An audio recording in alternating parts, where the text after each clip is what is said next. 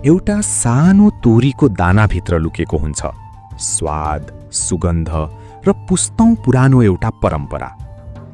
आधुनिक प्रविधिले उत्पादनका धेरै कामलाई सहज बनाइसकेको छ, तर खोक्नामा आज पनि तोरीको तेल परम्परागत शैलीमै उत्पादन गरिन्छ।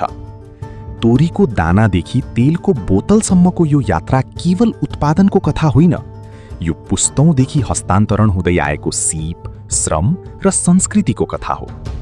तोरी मिलमा तेल उत्पादनका लागि सामान्यतया 3 जना खटिन्छन्। एकजनाको काम हुन्छ तोरी केलाउने र सफा गर्ने, अर्कोले तोरी भुट्ने काम गर्छन् र तेस्रो व्यक्तिले काठको कोलमा तोरी च्यापेर तेल निकाल्ने काम गर्छन्। व्यापारीबाट तोरी खरिद गरेपछि सबैभन्दा पहिले यसलाई सफा गरिन्छ। तोरीभित्र रहेका फोहर, ढुङ्गा तथा अनावश्यक वस्तुहरू छुट्याइन्छन्।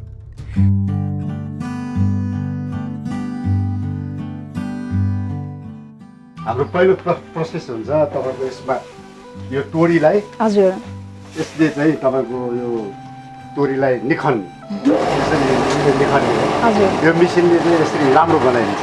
हुनु जति त बाहिर फालिदिन्छ उसले हजुर अनि यो तोरी जति यहाँ रहन्छ।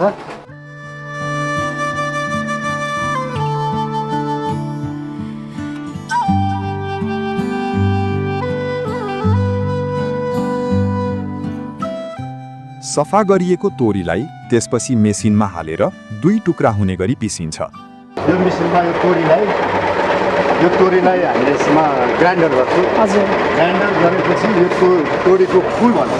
हजुर फुल पनि भनिन्छ अनि यसलाई चाहिँ तपाईँको तोरीको पिठो पनि भन्छ। जस्तै चामलको पिठो, गहुँको पिठो भन्दा छ हाम्रो यो तोरीको पिठो जस्तै हो। हजुर पिठै भनौँ न। अनि यस्तो यो बनिसकेपछि नत्र हामीले यो तोरी भुट्यो भनेदेखि तोरी त पड्किन्छ। हजुर हो। त्यही कारणले यसलाई चाहिँ हामीले चाहिँ यो फुटाल्नु परेको। अब सुरु हुन्छ तोरी भुट्ने प्रक्रिया। दाउरा बालिएको चुलोमा एक पटकमा करिब 18 देखि 20 किलो तोरी राखिन्छ। त्यसमा करिब 1 लिटर पानी मिसाइन्छ। तोरीलाई करिब 10 देखि 15 मिनेटसम्म आगोमा भुटिन्छ।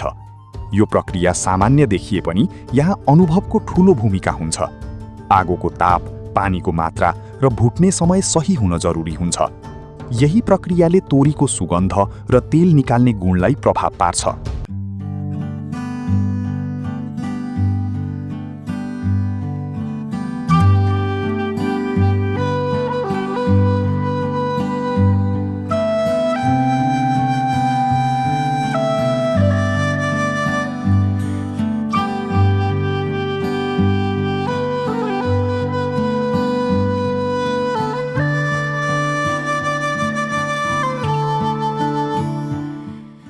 पछि चाहिँ तपाईँको उता गएर यो भर्ती हुन्छ।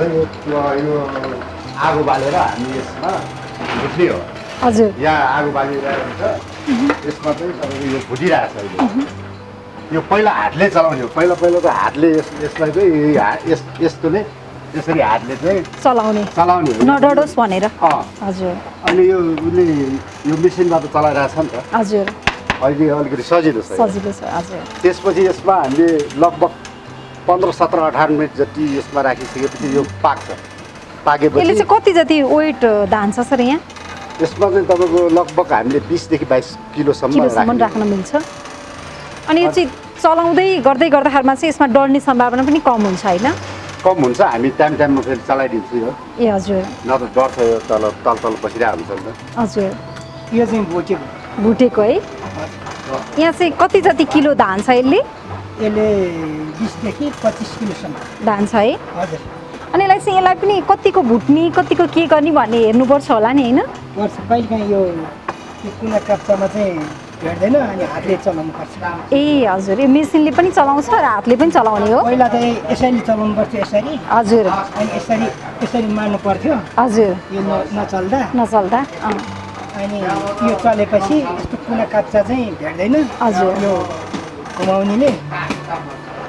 यहाँ आउने मान्छेहरूले चाहिँ के भन्नुहुन्छ? यो मिल कस्तो छ, यहाँको तोरी कस्तो छ भन्नुहुन्छ कि के भन्नुहुन्छ? सोध्नुहुन्छ कुनैले। अब ठिकै छ, राम्रै छ, तेल पनि राम्रो छ, मिसावट हुँदैन, एकदम प्योर हुन्छ हाम्रो।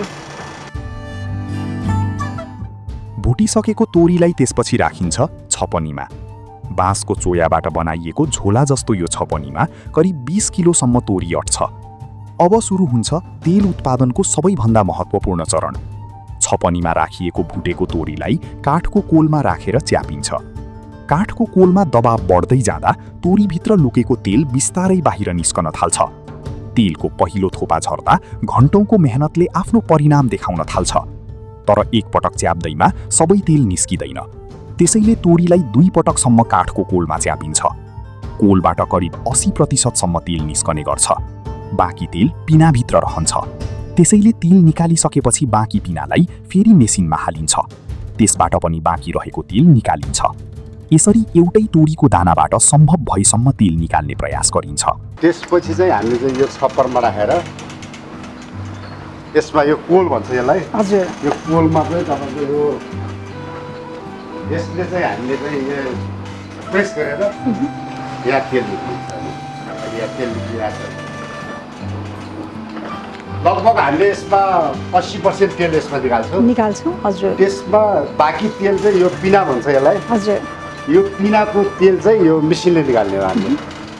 यो सबै निकाल्न सकेन, त्यही कारणले यसमा निकाल्ने। यसमा निकालिसकेपछि यो अनि यो पिना जति तेल निक्लिसकेको पिना चाहिँ दाना र यो हाम्रो यो कृषिको लागि यो हाम्रो खेतबारीमा मलको लागि युज हुन्छ। अनि तपाईँको इन्डिया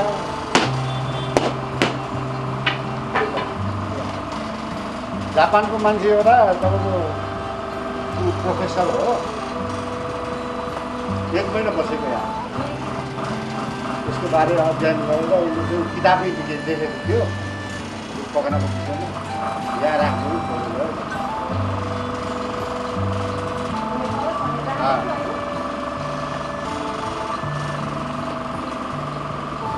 जापानिजहरू आउँदाखेरि यस्तै खुसी हुन्छ। देशको मान्छे आएर यहाँ अघि उसले लेखेको भन्दाखेरि होइन।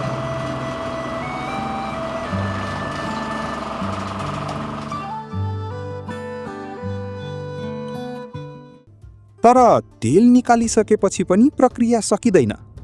नयाँ निकालिएको तेललाई करिब 3 दिनसम्म राखिन्छ। यस अवधिमा तेलभित्र रहेका भारी कण र अवशेषहरू तल बस्न थाल्छन्। माथिल्लो भागमा तुलनात्मक रूपमा सफा तेल छुट्टिन्छ। त्यसपछि तेललाई प्याकिङका लागि तयार गरिन्छ। बोतलमा भरिन्छ, प्याकिङ गरिन्छ र अन्ततः बजारमा पठाइन्छ। एउटा बोतलमा देखिने यो तेलभित्र तोरीको दाना मात्र हुँदैन। यसमा किसानको उत्पादन, कामदारको मेहनत, परम्परागत सिप र पुस्तौँदेखि जोगिँदै आएको एउटा संस्कृति पनि जोडिएको हुन्छ। आज आधुनिक मेसिन र प्रविधिले तेल उत्पादनलाई छिटो र सहज बनाइरहेको छ। तर खोकनाको काठको कोलमा आज पनि सुनिन्छ पुरानो पुस्ताको सिपको आवाज। यहाँको तोरीको तेल केवल एउटा खाद्य वस्तु होइन, यो एउटा पहिचान हो, एउटा परम्परा हो र पुस्तौँदेखि बाँचिरहेको नेपालको एउटा जीवित सम्पदा हो। बिउदेखि बोतलसम्म यो हो खोकनाको परम्परागत तोरीको तेलको यात्रा। अब युवा पुस्ताले भन्दाखेरि मेरो विचारमा चाहिँ अब आउने युवा पुस्ताले यो कामलाई गर्नु चाहिँ गाह्रो हुन्छ। अब धेरै जस्तो सजिलो काम खोज्दैछ नि युवाहरूले। अब यो त यो माइनरली काम गर्नुपर्ने।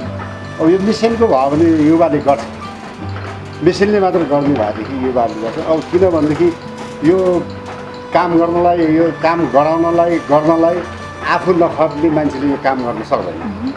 अब म जस्तो चाहिँ म आफै खटिरहेको छु, मैले हेरिरहेको छु, म कति काम गर्नुपर्छ, कति अरूलाई काम अडाउँदाखेरि कति गाह्रो हुन्छ। अब यहाँको मान्छेहरूले अब यो खोकनाको मान्छे त यहाँ छैनन्। उहाँहरू त तपाईँको यहाँ अब यो गाउँको होइन, जस्तै अब उहाँहरू इपाको हुनुहुन्छ, त्यहाँ भिलफेरीको कहाँको हुनुहुन्छ नि होइन। अब जस्तै यहाँको मान्छेले बिस्तारै छोडेकै सरह भयो नि। त्यही कारणले अलिकति गाह्रो होला अब यो पछिल्लो समयमा।